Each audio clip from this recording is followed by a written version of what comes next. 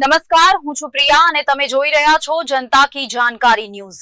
નજર કરીએ આજના સમાચાર ઉપર। મચ્છુંદરી નદીના કાંઠે આશરે ઘણા વર્ષથી દ્રોણેશ્વર મહાદેવનું મંદિર આવેલું છે। દંતકથા મુજબ મહાભારતના યુદ્ધ પહેલા ગુરુ દ્રોણ અહીં પાંડવોની શોધખોળ કરવા આવેલા હતા। તેમણે અહીં શિવલિંગની સ્થાપના કરી અને નિત્ય નિયમ મુજબ શિવલિંગ પર ગંગાના જળથી અભિષેક કરવાનો હોય। તેમણે એક શિલામાં તીર મારી ગંગાજીને પ્રગટાવ્યા હતા। આજે પણ શિવલિંગ પર એક શિલામાંથી અવિરત જળાભિષેક થતો જ રહે છે। વર્ષો થયા એ જળધારાનો પ્રવાહ કદી ક્ષીણ થયો નથી। આ ગુપ્ત જળધારાનો પ્રવાહ સીધી શિવલિંગ પર જ પડે છે। દ્રોણે સ્થાપના કરી એટલે ગામનું નામ દ્રોણ પડ્યું અને મહાદેવ દ્રોણેશ્વર કહેવાયા। હાલનું મંદિર સંવંત 1630માં બંધાવાયેલું છે અને ગીર ગઢડા પાસેના સાસર ગામના વતની મહેતા જેઠાભાઈ શામજીભાઈના ઘરે પુત્ર જન્મ થવાથી આ દ્રોણેશ્વર મહાદેવનું મંદિર સંવંત 1630માં બંધાવાયેલું છે।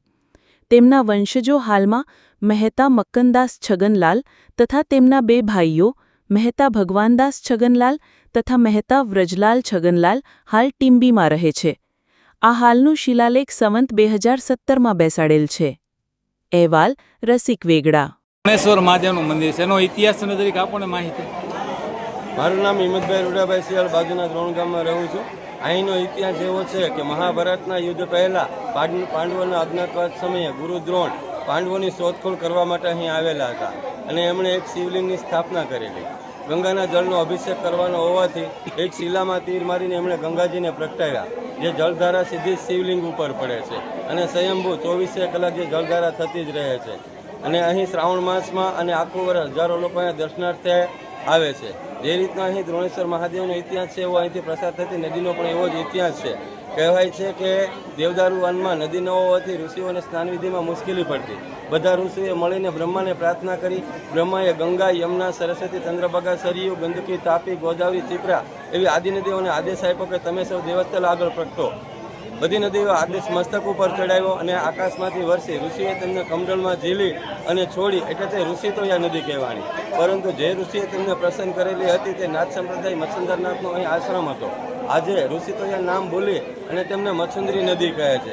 જે રીતનું ભારત વર્ષમાં ગંગા નદીનું આકાશમાંથી અવતરણ થયું છે એ જ રીતનું આ નદીનું પણ અવતરણ થયું છે અને તેમને લોકમાતાનું બિરુદ મળેલું છે। જય દ્રોણેશ્વર।